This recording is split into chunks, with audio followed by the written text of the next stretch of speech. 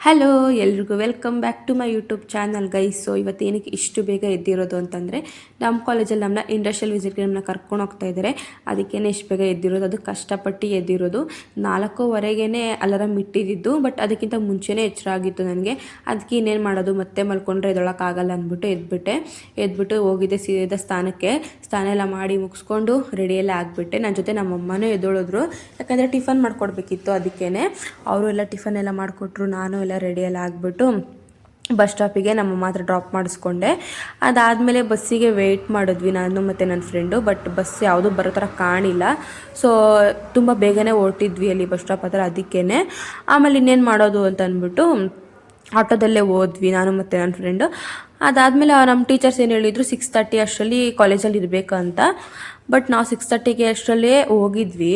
But ಯಾರೂ ಬಂದಿರಲಿಲ್ಲ. ನಾನು ನನ್ನ ಫ್ರೆಂಡು ಮತ್ತು ಇನ್ಯಾರೋ ಒಂದು 5 ಜನ ಬಂದಿದ್ರಷ್ಟೇ. ಅದಾದಮೇಲೆ ಅಲ್ಲಿಂದ ಒಂದು 7:30 ಮೇಲೇನೋ ಎಲ್ಲರೂ ಬಂದು ಅಲ್ಲಿಂದ ನಾವು ಹೊರಟಿದ್ದು. ಅದಾದಮೇಲೆ ಬಸ್ ಕೂಡ ಬಂತು. ಸೊ 2 ಬಸ್ ಮಾಡಿದರು. ಫಸ್ಟ್ ಇಯರ್ಸ್ಗೊಂದು, ಸೆಕೆಂಡ್ ಇಯರ್ಸ್ಗೊಂದು ಆ ಥರ ಮಾಡಿದರು. ಸೊ ನಾವು ಬಸ್ಸೆಲ್ಲ ಬಂದು ಎಲ್ಲ ಅವ್ರವ್ರ ಸೀಟ್ ಅವರೆಲ್ಲ ಇಟ್ಕೊಂಡ್ರು.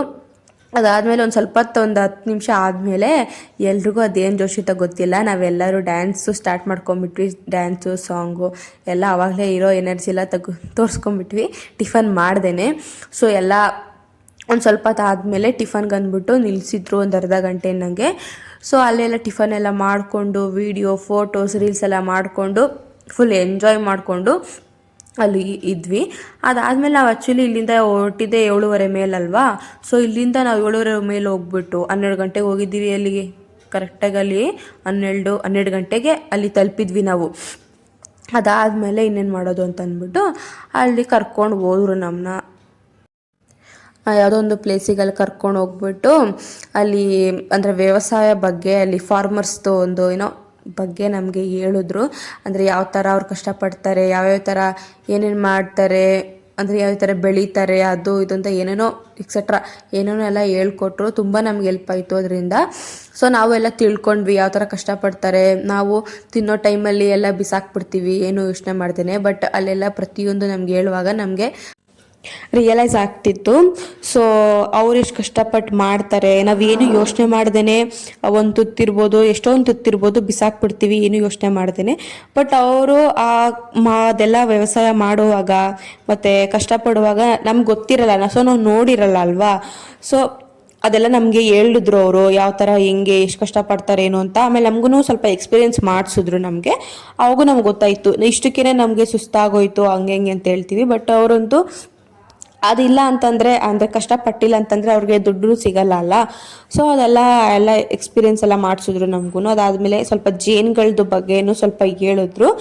ಅದಾದಮೇಲೆ ನಾವು ಊಟಕ್ಕೆ ಹೋದ್ವಿ. ಬಟ್ ಊಟ ಚೆನ್ನಾಗಿತ್ತು. ಬಟ್ ಹಂಗೆ ಅದನ್ನು ಕ್ಯಾಪ್ಚರ್ ಮಾಡೋಕ್ಕಾಗಿಲ್ಲ. ನಂದು ಶಾರ್ಟ್ಸಲ್ಲಿ, ಯೂಟ್ಯೂಬ್ ಶಾರ್ಟ್ಸಲ್ಲಿದೆ, ಒಂದ್ಸಲ ಚೆಕ್ ಮಾಡಿ. ನಾವು ಊಟ ಎಲ್ಲ ಮಾಡಿ ಮುಗಿಸ್ಕೊಂಡು ಅಲ್ಲೇ ಜೋಕಾಲಿ ಇತ್ತು, ಅದನ್ನೆಲ್ಲ ಆಟಾಡ್ಕೊಂಡು ಎಂಜಾಯ್ ಮಾಡ್ಕೊಂಡು ಬಂದ್ವಿ.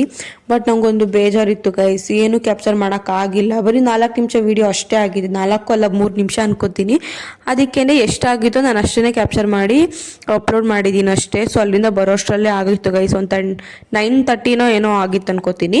ಸೊ ಅಲ್ಲಿಂದ ಬಂದು ಊಟ ಮಾಡಿ ಅಮ್ಮ ಪಾಯಸ ಮಾಡಿದ್ರು, ಅದನ್ನು ತಿಂದು ಅಷ್ಟೇ ಮಲ್ಕೊಬಿಟ್ಟೆ. ಫುಲ್ ಟಯರ್ಡ್ ಆಗೋಗಿತ್ತಲ್ಲ ಅಂದ್ಬಿಟ್ಟು ಮಲ್ಕೊಬಿಟ್ಟೆ guys. Okay guys, see you in the next vlog. Bye.